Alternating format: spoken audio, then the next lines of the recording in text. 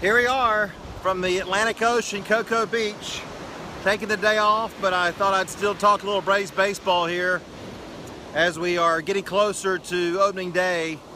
We're 8 days away from the exhibition game at SunTrust Park, and the Braves are ready to get the heck out of Dodge. You know, after you get to March 20th, it's like, man, let's get out of Florida. It's time to go play ball up north, and I think they're ready for that. Record's not very good, but who cares? They're getting that team together. We could still see a couple of more moves, whether it's getting another bullpen arm, that's possible, that's not out of the question, or particularly a fourth bat for that outfield, maybe another bat off the bench, because they need help. They've got Suzuki, Peterson, d'Arnaud, and Bonifacio right now as the bench, and none of those guys can really hit the ball out of the ballpark. So, you know what, look, it's been a good camp for the Braves. I know the record's not good, and that's no reason to panic or anything, but they are coming together. The rotation's better than it was a year ago at the end of last season. I mean, they went 20-10 in the last 30 games. They didn't have a starting rotation. They went 37-35 after the All-Star break, and they had like 9 people start games for them. So now they've got a rotation with Bartolo Colon and R.A. Dickey and Jaime Garcia,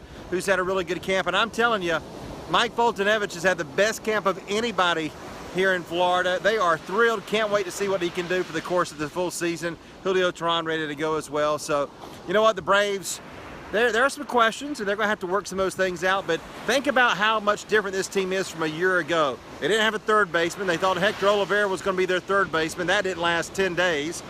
They really didn't know about Ender Inciarte. They weren't sure about him. They didn't have a power bat like Matt Kemp.